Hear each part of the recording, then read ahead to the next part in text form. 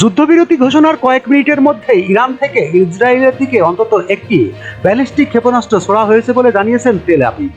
মঙ্গলবার 24 June live প্রতিবেদনে এ খবর জানিয়েছে টাইমস অব ইসরায়েল ও আল জাজিরা।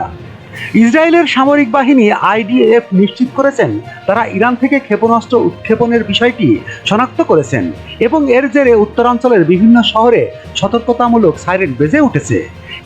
ইসরায়েলি প্রধানমন্ত্রী বেনিয়ামিন নেতানিয়াহু মার্কিন প্রেসিডেন্ট ডোনাল্ড ট্রাম্পের প্রস্তাবিত যুদ্ধবিরতি মেনে নেওয়া ঘোষণা দেওয়ার কিছুক্ষণ পরে এই হামলা হয়।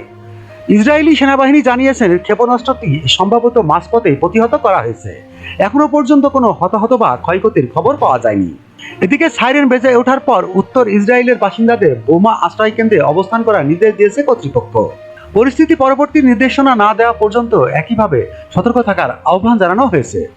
আইডিএফ জানান নতুন করে ব্যালিস্টিক ক্ষেপণাস্ত্র উৎক্ষেপণের সুনির্দিষ্ট তথ্য পাওয়া গেছে এবং সামনের মিনিটগুলোতে আরও সাইরেন বেজে উঠতে পারে বলে আশঙ্কা করা হচ্ছে। এই হামলার ফলে যুদ্ধবিরতির ভবিষ্যৎ নিয়ে নতুন করে সংখ্যা তৈরি হয়েছে। ইসরায়েল ইরান দ্বিপাক্ষিকভাবে যুদ্ধবিরতি ঘোষণা করলেও বাস্তবে তার পূর্ণ বাস্তবায়ন নিয়ে এখন সন্দেহ তৈরি হয়েছে।